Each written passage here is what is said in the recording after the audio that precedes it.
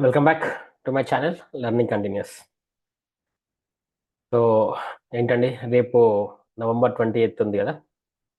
November 28కి ఏం జరుగుతుంది అన్న అని ఒకటే క్వశ్చన్స్. అదే క్వశ్చన్స్, ఏమవుతుందన్న అప్డేట్స్ ఏం లేవు.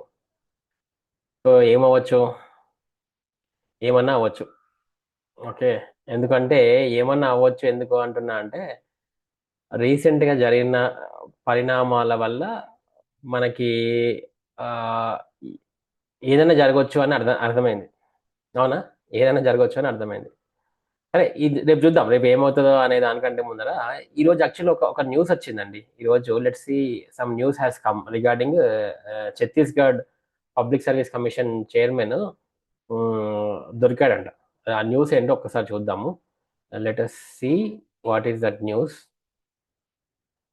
సో ఇక్కడ చూడండి, నిన్నటి న్యూస్ ఇది. దేంట్లో ఉంది? గవర్నమెంట్ వాళ్ళే పబ్లిష్ చేశారు.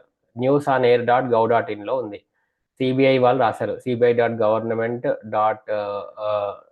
ఇక్కడ ఉంది క్లియర్ గా. It is clearly mention here, CBI.gov.in. Problem ఏంటిది అని అంటే ex ex public service commission chairman ని వీళ్ళు అరెస్ట్ చేశారు. దేనికోసము? దే అప్పుడున్న అవకతవకలు ఎప్పుడు ఏ ఇయర్ జరిగాయంటే 2020 to 2022. దేనికోసము? డి డిప్యూటీ కలెక్టర్స్, డిఎస్పి పోస్టులు, సీనియర్ పోస్టులు ఇవన్నీ ఉన్నాయి కదా, వీటి విషయంలో. సో ఇక్కడ క్లియర్గా రాశారు కదా, a case was registered by CBI on the basis of allegations of selection of close relatives based on factors other than the merit in the examination interviews during the year 2020 to 2022 as deputy collectors, DSPs and other senior posts in the state of Chhattisgarh. So ఎప్పుడైతే ఇది clear గా ఉందో, it's very clear. ఇంత clear గా అర్థమవుతున్నప్పుడు మనకి ఏం అర్థమవుతుంది అంటే చైర్మన్ పదవిలో ఉన్నప్పుడు మనము అంటే చైర్మన్ పదవిలో ఉన్నప్పుడు there is a scope of adjustments, compromise చేసే అవకాశం ఉంది అని మనకు అనిపిస్తుంది కదా. అందుకోసం మనకు పాపము పోయినసారి కూడా జనార్దన్ రెడ్డి గారి మీద అలిగేషన్స్ వచ్చినాయి, అండ్ ఇవన్నీ కూడా జరుగుతున్నాయి. సో ముందు ఒకవేళ ఇన్ కేసు అట్లా జరిగితే టీజీపీఎస్సీ మీద కూడా ఇప్పుడు చాలా అలిగేషన్స్ ఉన్నాయి. మొన్న చూసినాం, మనం ఎంత గొడవ చేసినాం, వద్దన్నాం, ఎగ్జామ్స్ వద్దన్నాం, ఎంత వద్దన్నా కానీ స్టిల్ మనతోని మనల్ని ఒంగబెట్టి మరీ వంచి వంచి మెడల్ వంచి మరీ ఎగ్జామ్ రాయించారు. మన అందరికీ తెలుసు ఎన్ని బండబూతులు ఉన్నాయి, అన్ని మిస్టేక్సే. అసలు GO 55 తీసేసి GO 29 తేవడం దగ్గర నుండి మొన్న మెయిన్స్ రాసిన హాల్ టికెట్లు మారినాయి కదా. ప్రిలిమ్స్ హాల్ టికెట్స్ వేరు, మెయిన్స్ హాల్ టికెట్స్ వేరు. ఇది పెద్ద మిస్టేక్ అండి. అక్కడ నుండి ఇక్కడ వరకు చాలా మిస్టేక్స్ ఉన్నాయి, కానీ ప్రతి మిస్టేక్ ని వాళ్ళు కప్పిపుచ్చుకుంటూనే ఉన్నారు. ఎన్నో సందర్భాలలో మనకి కోర్టు, మనకి జడ్జిమెంట్స్ మనకి ఫేవరబుల్ గా వస్తుంది అనుకున్నాం, కానీ ఫర్ సమ్ రీజన్ రాలేదు. దానికి కూడా ఆరోపణలు తీసుకున్నారు టీజీపీఎస్సీ. అందరూ ఆరోపించారు, జ్యుడిషియరీని కూడా వీళ్ళు కాంప్రమైజ్ చేశారు, అది ఇది అని చాలా ఆరోపించారు. మనకు తెలియదు, we do not know. But మొత్తానికైతే ఆస్పిరెంట్స్ కి అనుకూలంగా రాలేదు. మరి రేపేం జరుగుతుంది? మళ్ళీ అదే మాట వినిపిస్తుంది బయట కూడా. బయట ఏమనిపిస్తుంది అంటే అన్న మొత్తం కాంప్రమైజ్ అయిపోయిందంట కదా, December 9కి రిజల్ట్స్ ఇస్తున్నారంట కదా, ఇది రేవంత్ రెడ్డి గారు చాలా ఫాస్ట్ గా వెళ్తున్నారంట కదా, మహేందర్ రెడ్డి గారు December 3కి అయిపోతుంది ఆయనది, ఆయన అయిపోయే లోపల ఇచ్చేసేయాలి, ఇట్లాంటి చాలా వినిపిస్తూనే ఉన్నాయండి. అయితే దీంట్లో ఎంత నిజం ఉంది, ఎంత అబద్ధం ఉంది అనేది మనకు తెలియదు. ఎందుకంటే మీడియా కదా, మీడియా, వాట్సాప్, టెలిగ్రాము అండ్ చాలా ఉన్నప్పుడు, ఇలాంటి ఛానల్స్ ఉన్నప్పుడు we do not know what is right and what is wrong. ఏది వస్తుందో మనకు తెలియనప్పుడు మనం ఏం మాట్లాడకుండా ఉంటేనే బెటర్. అయితే నేను మొన్న కొంతమంది పెద్దవాళ్ళని కలిసిన దాంట్లో, పెద్దవాళ్ళు అంటే పెద్దవాళ్ళే, వాళ్ళని కలిసినప్పుడు వాళ్ళు ఏమంటారంటే వాళ్ళంతా మాట్లాడిన తర్వాత మేము కూడా ఇదే ప్రశ్నలు వేసాం. సార్ మరి ఇట్లా అడుగుతుంది కదా, December 9 లోపల ఇస్తారంట కదా, అదంట ఇదంట కదా. సేమ్ క్వశ్చన్స్ ఏవైతే నాకు వస్తున్నాయో మేము కూడా అవే క్వశ్చన్స్ అడిగినాం.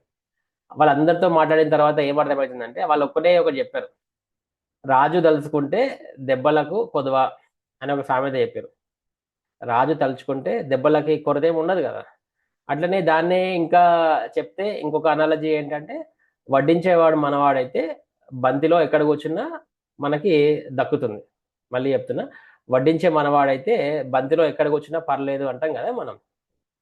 సో ఇది అట్లనే ఉంది పరిస్థితి. సో వాళ్ళు అదే చెప్తున్నారు.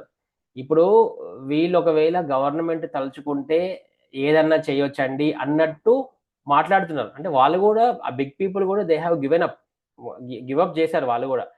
ఎందుకు చేశారు అనేది మనకు తెలియదు, కానీ అట్లాంటి సంకేతాలు పంపిస్తున్నారు. అయితే ఆ సంకేతాలు మనం నిజంగా అవి హర్షించదగ్గ సంకేతాలా అంటే డెఫినెట్ గా వాళ్ళు ఒప్పుకోలేదు, మనము ఒప్పుకోలేదు. మనకి we are also not very happy. But this is not the right way. మనం డెఫినెట్ గా నువ్వు అట్లా చేస్తే అంటే ఇప్పుడు నీ దగ్గర పవర్ ఉందని చేస్తున్నావేమో. ఇప్పుడు మీకు టీజీపీఎస్సీ వాళ్ళకి కానీ లేకపోతే మన గవర్నమెంట్ కి అథారిటీ ఉంది కాబట్టి ఇప్పుడు చేస్తున్నావు. మరి అథారిటీ పోయిన తర్వాత పోతుంది. అథారిటీ పోయిన తర్వాత అప్పుడు దొరకవా? అప్పుడు దొరుకుతారు కదా. ఇప్పుడు ఈయన దొరికింది కదా, ఎవరు మన దిస్ గై చైర్మన్ చూపిస్తున్నా కదా నా స్క్రీన్ ముందర. ఛత్తీస్గఢ్ చైర్మన్ 2 years అది దొరికాడు. మరి ఇప్పుడు కూడా టీజీపీఎస్సీలో ఫ్రాడ్ చేస్తే వీళ్ళు దొరకరా? వీళ్ళు కూడా దొరుకుతారు, డెఫినెట్గా దొరుకుతారు. ఈ రోజు మీ టైం బాగుండి ఆస్పిరెంట్స్ ని మోసం చేసి వాళ్ళని ఇట్లా 4-5 సంవత్సరాలు వాయించి వదిలేస్తున్నారు.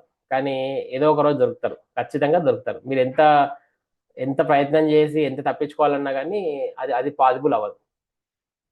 మీకు నిజంగానే అంటే నేను అడుగుతా అండి, టీజీపీఎస్సీ వాళ్ళు నిజంగానే December 9th కి కరెక్షన్ చేసి 1,20,000 పేపర్లు ఏదో ఒక చిన్న ఆన్సర్, ఇది ఒక ప్రిలిమ్స్ లో ఒక చిన్న ఆన్సర్ కి ఎక్స్ప్లెనేషన్ అడిగితేనేమో వీళ్ళకి 4 వారాలు కావాలి. ఇది చిన్న ఒక బిట్కి.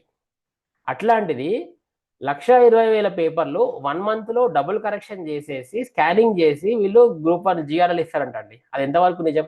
అది నమ్మొచ్చు అంటారా? నేనైతే నమ్మ. ఒక చిన్న ఆన్సర్ కి మీరు 4 వారాలు టైం అడిగిన వాళ్ళకి 1,20,000 పేపర్లు మీరు ఎట్లా కరెక్ట్ చేస్తారు అంత ఫాస్ట్ గా 1 month లో? మీరు నిజంగానే 1 month లో కరెక్షన్ చేస్తే అది ఇంకా మిమ్మల్ని మీరే చూపించుకున్నట్టు. ఒక్కొక్క సైడ్ ఏమో టీజీపీఎస్సీలో ఫ్యాకల్టీ కొరత ఉంది, పీపుల్ కొరత ఉంది. ఎందుకంటే వేరే వాళ్ళు ఉన్నారు కదా. ఇప్పుడు మీకు ఎవరు కావాలి? ప్రొఫెసర్స్ కరెక్షన్ చేయాలి. అన్ని 1,20,000 పేపర్లు అంత ఫాస్ట్గా అవుతాయా అండి? మీరు నిజంగానే రిజల్ట్స్ ఇస్తే కూడా జనాలకు అర్థమైపోతుంది ఇదంతా ఫేక్ రిజల్ట్స్ అని. ఫేక్ రిజల్ట్స్ అంటే మీకు కావాల్సిన పేపర్లు కరెక్షన్ చేసుకొని మిగతా పేపర్లు పక్కన పెట్టేస్తున్నారు, అంతే కదా. ఎవడు అడుగుతాడు? మిమ్మల్ని అడిగేటోడు ఎవడు? నాలాంటి వాళ్ళు అడగలేరు. మీరు అడిగినా కానీ మీరు దానికి ఆన్సర్ ఇవ్వడానికి ఇంకో నెల 2 నెలలు పడుతుంది. ఆ లోపల కరెక్షన్ చేస్తారు. సో ఇది ఇది ఏ విధంగా కూడా కరెక్ట్ అనిపించట్లేదు. మీరు ఇంత ఫాస్ట్ గా హడావుడిగా కరెక్షన్ చేస్తున్నామో, మరి అది చేస్తున్నాం ఇది చేస్తున్నాం అంటారు, కానీ ఎక్కడ ట్రాన్స్పరెన్సీ లేదండి. ఎక్కడ ట్రాన్స్పరెన్సీ లేదు. People are observing, watching everything. They are doing everything. మీరు మాత్రము దూసుకుపోతున్నారు, గుర్రంలాగా దూసుకుపోతున్నారు. అది మాత్రం కరెక్ట్ కరెక్ట్ కాదు, డెఫినెట్ గా కరెక్ట్ కాదు. మరి మరి రేపటి సంగతి ఏంటిది బ్రదర్ అంటే, రేపు నేను ఇందాక అన్నట్టు రేపు మనకి 99.99% మనకి ఫేవరబుల్ గానే వస్తుందని నేను అనుకుంటున్నా. ఎందుకు సార్ 100% ఎందుకు అనట్లేదంటే కీడెంచి మేలించాలి అన్నట్టు కదా. ఎందుకంటే వీళ్ళు ఏం చేస్తున్నారో మనకు తెలుస్తలేదు అబ్బా. బ్యాక్ ఎండ్ లో వీళ్ళు ఏం చేస్తున్నారో మనకు అర్థం అవ్వట్లేదు. మనం ఏమనుకుంటున్నామంటే రేపు డివిజనల్ బెంచ్ లో సుజయ్ పాల్ గారు ఉన్నారు. సుజయ్ పాల్ ఆల్రెడీ మధ్యప్రదేశ్ లో GO 29 ని కొట్టేశారు. ఆయననే మళ్ళీ ఇక్కడ కూడా ఉన్నాడు కాబట్టి మళ్ళీ దీన్ని కూడా కొట్టేస్తారు అని మనం ఎప్పటి నుంచో ఊహించుకొని అనుకుంటున్నాం. మరి అదే జరగాలి. మోస్ట్లీ 99.9% అదే జరగాలి. జరిగితే ఏమవ్వచ్చు? అని అంటే 2 కేసులు కావచ్చు. మళ్ళీ మెయిన్స్ మొత్తం రీకండక్ట్ అవ్వచ్చు. అంటే విత్ GO 55 ని అమలు చేసి మొత్తం మెయిన్స్ అందరికీ పెడతారు. అయితే ఇక్కడ క్వశ్చన్ ఏంటంటే, మళ్ళీ అన్న కొంతమందికే పెడతారు కదా అన్న పాయింట్, నార్మలైజేషన్ కోసం కొంతమంది వెళ్ళారు కదా. నేను అది ఒప్పుకోనండి. నేనే కాదు, ఎవరు ఒప్పుకోరు. ఎందుకంటే అట్లా మొన్న వైరు వీళ్ళు ఎప్పుడు 2 weeks బ్యాక్ నార్మలైజేషన్ కోసం వెళ్ళి వీళ్ళు ఇచ్చారు. కానీ మేము 2 months బ్యాక్ పోయి ఇచ్చినాం. సార్ కోర్టు కేసులు అయ్యి తర్వాత ఎగ్జామ్ అయిన తర్వాత నార్మలైజేషన్ వస్తే అది పెద్ద మిస్టేక్ అవుతుంది, బ్లండర్ అవుతుంది, టీజీపీఎస్సీ చరిత్రలోనే బ్లండర్ అవుతుందని మేము 2.5 నెలల క్రితమే మేము రిప్రజెంటేషన్ సమర్పించుకున్నాం. సో మొన్న ఒకవేళ టీజీపీఎస్సీ మేము రిప్రజెంటేషన్ ఇచ్చారు కదా, మేము వీళ్ళకి సపోర్ట్ చేస్తామంటే మరి మాకు కూడా సపోర్ట్ చేయాలి.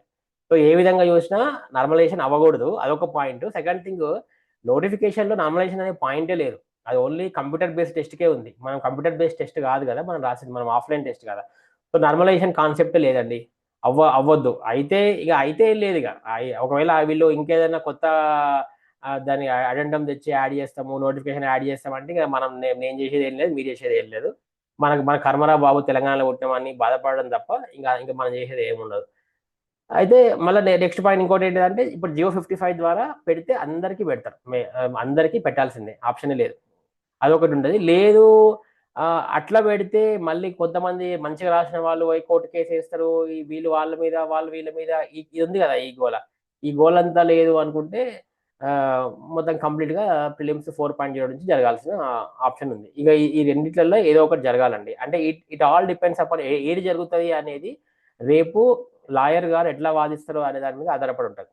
లాయర్ వాళ్ళు అడ్వకేటింగ్ ఎట్లా, ఏ విధంగా ఆర్గ్యుమెంట్ జరుగుతాయి అనే దాని మీద ఆధారపడి ఉంటుంది.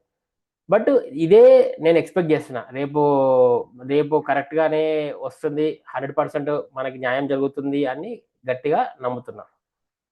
ఒక 1% ఎందుకు నిరాశ చూపిస్తున్నా అంటే, నా చేతిలో ఏం లేదు. ఇందాక చెప్పినా కదా, పెద్ద పెద్దోళ్ళే, ఇండస్ట్రీలో ఉన్న పెద్ద పెద్దోళ్ళే రాజు తలుచుకుంటే దెబ్బలకు కొదవా అనే సామెత చెప్పినప్పుడు, హూ యామ్ ఐ అండి, హూ ఇస్ ఆదిత్య చెప్పండి. మనం ఎంత హోప్ పెట్టుకున్నా అక్కడ వాళ్ళు వెనక వాళ్ళు వాళ్ళ పావులు వాళ్ళు కలుపుతుంటే మనం ఏం చేయగలుగుతాం? We cannot do anything. So పెట్టుకుందాం, ఎందుకైనా మంచిది. But still we have to rely on judiciary. ఇంకా జ్యుడిషియరీ కూడా తప్పిందంటే ఇక లా ఆఫ్ కర్మ, నేచరే చూసుకుంటుంది. మనం ఏం చెప్పాల్సిన అవసరం ఏం లేదు. ప్రకృతి కర్మ ఎవరిని వదిలిపెట్టదండి.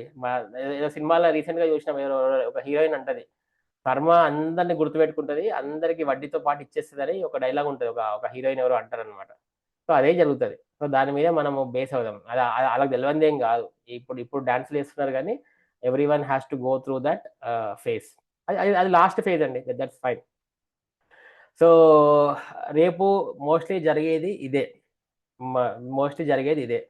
ఇక వరస్ట్ కేసులో మనకు ఫేవరబుల్గా రాదు అనుకుంటే, ఫేవరబుల్గా రాదు, ఇవి కూడా రేపు కూడా కొట్టేస్తే, December 9th రిజల్ట్స్ ఇస్తే, జిఆర్ఎల్ ఇస్తే, నేను ఏమంటా అంటే ఇక్కడ ఒక పాయింట్ ఉంది. నిజంగానే నువ్వు జిఆర్ఎల్ ఇచ్చి డిక్లేర్ చేసిన క్యాండిడేట్లకి రిజల్ట్స్ ఇవ్వు. కానీ ఎవరి దగ్గర కూడా డిక్లరేషన్ తీసుకోకు. ఏమని? నీకు ఇచ్చే జాబు, డిఎస్పీనో డీసీ, నీకు ఇచ్చే జాబు కోర్ట్స్ యొక్క వర్డిక్స్ కి ఆధారపడి ఉంటుంది అని డిక్లరేషన్ తీసుకోకు. ఎందుకు తీసుకుంటావు? నువ్వు అట్లా తీసుకోకుండా జాబ్ ఇవ్వు. అప్పుడు అట్లా ఇస్తే ఏమవుతుందంటే, నేను అట్లా ఇస్తే నువ్వు చేసింది కరెక్ట్ అని నమ్ముతాం. బట్ నువ్వు ఒక సైడ్ ఏమో అపాయింట్మెంట్ లెటర్స్ ఇస్తూనే, ఇంకొక సైడ్ కింద పోయి డిక్లరేషన్ అఫిడవిట్ తీసుకొని, మేము ఈ జాబ్ని మేము తీసుకుంటున్నాము, ప్రొవైడెడ్ ముందు కోర్ట్స్ దీని మీద ఏం చెప్పినా కానీ మా జాబ్ ఉంటుందో ఉండదో, మరి ఆ డిక్లరేషన్ ఎందుకండి? మీరు అంత కరెక్ట్గా చేసి నమ్మినప్పుడు don't take the declaration from the candidate, directly give the job. అరే నీకు ఇక్కడ జాబ్ ఇచ్చినామంటే 30 ఏళ్ళ దాకా నేను ఎవరు కనపడరా, ఎటువంటి కోర్టు కేసులు, అంత ధైర్యంగా ఎందుకు చెప్పట్లేదు? మరి అట్లా చెప్పండి. అట్లా చెప్తే మేము డెఫినెట్గా నమ్ముతాం, టీజీపీఎస్సీ ఖచ్చితంగా పారదర్శకంగానే ఉంది, కరెక్ట్గా చేసిందని నమ్ముతాం. మరి అట్లా ఉందా అండి? అట్లా చేయండి. మరి ఆ డిక్లరేషన్ ఇవ్వండి. నేనే చెప్తా, నువ్వు ఎప్పుడైతే డిక్లరేషన్ తీసుకోకపోతే నేనే నా వీడియోలో చెప్తా, నిజంగానే టీజీపీఎస్సీ వాళ్ళు ఇచ్చింది, ఎవడైతే జాబులు ఎక్కిన వాడికి ఎటువంటి టెన్షన్ లేదు అని నేనే నా ఛానల్లో ప్రచారం చేస్తాను. కానీ మీరు ఎట్లా చేస్తారా? I doubt. ఇప్పుడు చూడండి, 2018లో జాబులు వచ్చినాయి, వాళ్ళకి ఇప్పుడు 2024లో వాళ్ళకి ఫిట్టింగ్ పడింది. ఈ 6 సంవత్సరాలది పోయింది, పాత జాబు పోయింది, కొత్త జాబు లేదు. మరి ఇప్పుడు వాళ్ళు ఏం కావాలండి? అంటే అప్పుడు ఇచ్చేసినప్పుడు ఇచ్చేసిర్రు, మరి ఇప్పుడు 3-4 ఇయర్స్ తర్వాత వాళ్ళకి ఇష్యూస్ వచ్చినాయి. అట్లనే ఇప్పుడు 2024లో ఈ రోజు జరిగిన అన్యాయము ప్రూవ్ అవ్వలేదు, కానీ రేపు దొరుకుతారు కదా. ఇప్పుడు సిస్టమ్ ముందర చూసినట్టు 26 దొరకరా, 25లో దొరకరా, ఏదో ఒక రోజు దొరకరా? ఖచ్చితంగా దొరుకుతారు. మరి దొరికినప్పుడు అప్పుడు ఏం కావాలండి? అప్పుడు టీజీ అంటే అప్పుడు మీరు ఎవరు ఉండరు. ఇప్పుడున్న చైర్మన్ ఉండరు, వైస్ చైర్మన్ ఉండరు, సెక్రటరీలు ఉండరు, ఇప్పుడున్న సీఎం ఉండడు, ఎవరు ఉండడు. మాకేం సంబంధం లేదు. ఆ టైంలో ఏదన్నా అంటే ప్రజలని గాలికి వదిలేసినట్టే కదా. అంటే యాస్పిరెంట్స్ అంతా పాపము అమాయకులు బకరాలన్నట్టే కదా. మీరు ఆడే గేమ్లో వీళ్ళని బకరాలు చేశారు, పాపం వీళ్ళు గొర్రెలు అయిపోయారు. అది కాదు కదండి. అట్లా దట్ ఈస్ రాంగ్ థింగ్. ఇట్లా చేస్తే ఏమైందండి? ఉసురు తగులుతుంది అంటాం కదా, ఉసురు తగులుతుంది గ్యారంటీ. దట్ ఈస్ ఇంతమంది ఆస్పిరెంట్స్, ఇంత హార్డ్ వర్క్ చేసిన వాళ్ళు, వాళ్ళ ఫ్యామిలీస్ వాళ్ళ ఆస్పిరెంట్స్, వాళ్ళ కమ్యూనిటీస్, వాళ్ళ ఊరు ఎంత మందిని ఇది చేసుకొని ఉన్నారండి. అవన్నీ వాళ్ళందరూ ఉసురు తగులుతుంది గవర్నమెంట్కి. అసలే ఇప్పుడు గవర్నమెంట్కి వెరీ బ్యాడ్ నేమ్ వచ్చింది. బ్యాడ్ నేమ్ వచ్చేసింది, ఇంకా అందులో డౌట్ ఏముందండి. రేవంత్ రెడ్డి గారిని పబ్లిక్ ఇప్పుడు అదే అంటున్నారు, అరే మనము అనవసరంగా తెచ్చుకున్నాం రా. లాస్ట్ ఇయర్ ఇదే టైంకి అశోక్ నగర్ వదిలేసి మొత్తం ఊర్లలో పోయి కొట్లాడారు. అంటే బీఆర్ఎస్కి అగేన్స్ట్ గా గొడవ పడి ఈయన తెచ్చుకున్నారు. మరి ఈయన తెచ్చుకున్నాక ఏమైంది? పెనం మీద నుంచి పొయ్యిలో పడ్డట్టు అయింది. పెనం మీద నుంచి పొయ్యిలో పడ్డట్టే అయింది. ఏదైనా జరిగిందా అండి? యాజ్ పర్ గ్రూప్ వన్ విషయంలో ఏమైనా ఇది అయిందా? అండ్ మిగతా విషయాలు కూడా చాలా కనబడుతుంది. ఇప్పుడు హైడ్రా విషయం కానీ వేరే విషయాలు కూడా చాలా మటుకు పీపుల్ ఆర్ నెగిటివ్గానే కామెంట్ చేస్తున్నారు. మరి ఇట్లనే ఉంటే ఏం జరుగుతుంది? గ్రౌండ్ లెవెల్లో అయితే గ్రౌండ్ లెవెల్లో బీఆర్ఎస్కి వచ్చేసింది, సింపతి వచ్చేసింది. Very clear. ఇంత ధైర్యంగా ఎందుకు చెప్తున్నా అంటే, I am a common voter, I am an aspirant, I am neither affiliated to any political party. నాకు నాకు వాక్ స్వాతంత్రం ఉంది కదా, స్వేచ్ఛ ఉంది కదా. ఆర్టికల్ 19 ప్రకారం నా అభిప్రాయం చెప్తున్నా. సో నేను బయట విన్నదే నేను చెప్తున్నా. బయట ఆల్రెడీ రేవంత్ రెడ్డి గారికి అగేన్స్ట్ గానే ఆస్పిరెంట్స్ అందరూ అగేన్స్ట్ గా ఉన్నారు. అండ్ తెలియకుండానే you are helping the BRS government. మళ్ళీ వాళ్ళే వస్తే బాగుండు అన్న ఇది ఏర్పడదు. ఇప్పుడు నేను చెప్పినా అండి, ఇట్లనే ఇది వర్డ్ ఆఫ్ మౌత్ స్ప్రెడ్ అవుతూ ఉంటే ఆటోమేటికల్ గా వాళ్ళకి ప్లస్ పాయింట్ అవుతుంది, మీకే మైనస్ పాయింట్ అవుతుంది. 10 years తర్వాత కాంగ్రెస్ గవర్నమెంట్ వచ్చి ఉత్తగానే పోగొట్టుకుంటే ఎంత నవ్వుతారండి. ఫన్నీ ఉంటుంది అది. ఫన్నీ అంటే funny. So of course I don't want to speak politics, కానీ పాలిటిక్స్ అవసరం లేదు. బట్ హవెవర్ హవెవర్ ఇదంతా కూడా ఇంటర్ రిలేటెడ్ టు పాలిటిక్సే ఉంది కదా. ఫర్ సమ్‌హౌ పాలిటిక్స్ దీని వెనకాల ఉంది కాబట్టి మాట్లాడాల్సి వస్తుంది. ఇప్పుడు మనము రూట్ కాజ్ అనాలిసిస్ చేస్తే it is all related to politics only. అక్కడ మనకి ప్రాబ్లమ్ అవుతుందని నేను అంటున్నాను అనమాట. సో ఇదండి పరిస్థితి. రేపు చూద్దాము. Let us see tomorrow what might happen. And issues అయితే చాలా ఉన్నాయి. ఇప్పుడు రీసెంట్గా ఇష్యూస్ కూడా, ఫర్ ఎగ్జాంపుల్ ఇప్పుడు మొన్న జరిగిన ఇష్యూ ఎంత ఫ్రెష్ ఇష్యూస్ అండి. 2022 పేపరు 2024లో వచ్చింది. టీజీ ఐపాస్, అసలు టీఎస్ ఐపాస్ అని ఇచ్చారు పేపర్లో. టీఎస్ ఎప్పుడో పోయింది కదా, టీజీ ఐపాస్ ఇవ్వాల్సింది టీఎస్ ఐపాస్ ఇచ్చారు. ఇది ఒక పాయింట్ నెంబర్ 1, ఇది ఇట్లా పెట్టుకుందాము. ఇంకొకళ్ళు చిట్టీలు పెట్టుకొని వచ్చారండి. చిట్టీలు ఎవరు పెట్టుకొస్తారండి? చిట్టీలు పెట్టుకొచ్చిన వాళ్ళంటే దాని మీనింగ్ ఏంటిది? వాళ్ళకి పేపర్లు తెలిసినట్టే కదా. ఇందాక చెప్పిన పాయింట్ నెంబర్ 1కి ఈ పాయింట్ నెంబర్ 2 కనెక్ట్ చేసుకోవచ్చు కదా. అంటే వాళ్ళకి పేపర్స్ దొరికినాయి అన్నట్టే కదా. ఇది పాయింట్ నెంబర్ 2. మూడో పాయింట్ చెప్తా. Prelims hall tickets, mains hall tickets వేరు వేరు ఉన్నాయి. మెయిన్స్ హాల్ టికెట్స్ నెంబర్స్ కొత్తగా తయారు చేసిన అవసరమే లేదు. ప్రిలిమ్స్ యూపీఎస్సీని ఒకటే హాల్ టికెట్ నెంబర్, వాళ్ళు సర్వీస్ వచ్చేంత వరకు వాళ్ళు అదే హాల్ టికెట్ వాడుతున్నప్పుడు what is the purpose for TGPSC to create a new mains hall ticket? ఇక్కడ మెయిన్స్ హాల్ టికెట్ క్రియేట్ చేయగానే మనకి ఏమర్థమవుతుంది అంటే, నువ్వు పర్పస్ఫుల్ గా యూ క్యాన్ అంటే నువ్వు ఇన్ ద సెన్స్ నువ్వు కొత్తది క్రియేట్ చేస్తున్నావు అని అంటే, on what basis you are creating? on what basis you are creating the new mains hall ticket numbers? on what basis? దానికి ఒక క్రైటీరియా అంటూ ఉందా? అంటే నీకు కావాల్సినట్టు నువ్వు క్రియేట్ చేసుకునే అవకాశం అయితే ఉంది కదా, ఇక్కడ కనబడతలేదా? సో నేను ఈ 3 డాట్స్ ని కనెక్ట్ చేస్తే, ఫర్ ఎగ్జాంపుల్ ఇందాక చెప్పినట్టు ఓల్డ్ క్వశ్చన్ పేపర్స్ వచ్చాయి, ఆ డాట్ని తీసుకుపోయి చిట్టీలు పెట్టుకొచ్చిర్రు, దీన్ని కనెక్ట్ చేసి దీన్ని తీసుకెళ్ళి prelims hall tickets, mains hall ticket connect చేస్తే ఎక్కడనో లింక్ కనబడట్లేదా? క్రైమ్ లో కోఇన్సిడెన్స్ కి ఛాన్సే లేదండి. They are definitely interlink. Crime లో కోఇన్సిడెన్స్ కి ఛాన్సే లేదు. ఇది కామన్ బుర్రకు అర్థమవుతుంది, వెరీ కామన్. దీనికి నేనేం డిపార్ట్మెంట్ లో ఉండాల్సిన అవసరం లేదు, నేను పోలీస్ అవ్వాల్సిన అవసరం లేదు. ఎన్ని సినిమాలు చూస్తే మనం we can understand that fraud జరిగింది, క్రైమ్ జరిగింది అని కనబడుతుంది. మరి ఇది ఏదో ఒక రోజు బయటకు వస్తుంది కదా, ఏదో ఒక రోజు బయటికి రాదా? సింపుల్ ఎగ్జాంపుల్ అండి, 2022 అక్టోబర్ 16న జరిగిన ఎగ్జాము మధ్యాహ్నము 1 to 3:30 అనే ఒక సెంటర్ లో జరిగింది. ఇలా ఎస్ఎఫ్ఎస్ ఇన్సిడెంట్, స్కూల్ ఇన్సిడెంట్ జరిగింది. అది ఆ రోజు బయటికి రాలే. అక్టోబర్ 22, 23కు ఆదాబ్ పేపర్ వాడు బయట పెట్టాడు. వచ్చింది కదా, మీరు చాలా ట్రై చేశారు, బట్ బయటకైతే వచ్చింది కదా. అట్లనే ఇప్పుడు జరిగినవి కూడా కొన్ని అవకతవకలు ఉంటాయి, ఇప్పుడు దొరుకుతలేరు. నాలాంటి వాడు మాట్లాడి నోరు మూసుకుంటాడు అనుకోండి, బట్ ఎవడో ఏదో ఒక రోజు బయట పెడతాడు. అప్పుడు మొత్తం అందరు పరువు పోతది. గవర్నమెంట్ పరువు పోతది, టీజీపీఎస్సీ పరువు పోతది.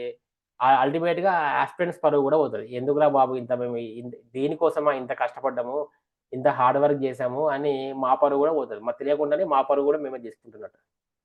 అట్లా. సో, అట్లా జేయకండి. అట్లా జేయకండని నేను టీజీపీఎస్సీ విజ్ఞప్తి చేస్తున్నా. సో, యాస్పిరెంట్ కమ్యూనిటీకి let us see tomorrow we might get the best verdict for the benefits of the aspirants అనేది నేను కోరుకుంటున్నా. చూద్దాం రేపు ఏమైతదో. Hope for the best. So, tomorrow I will give you more updates.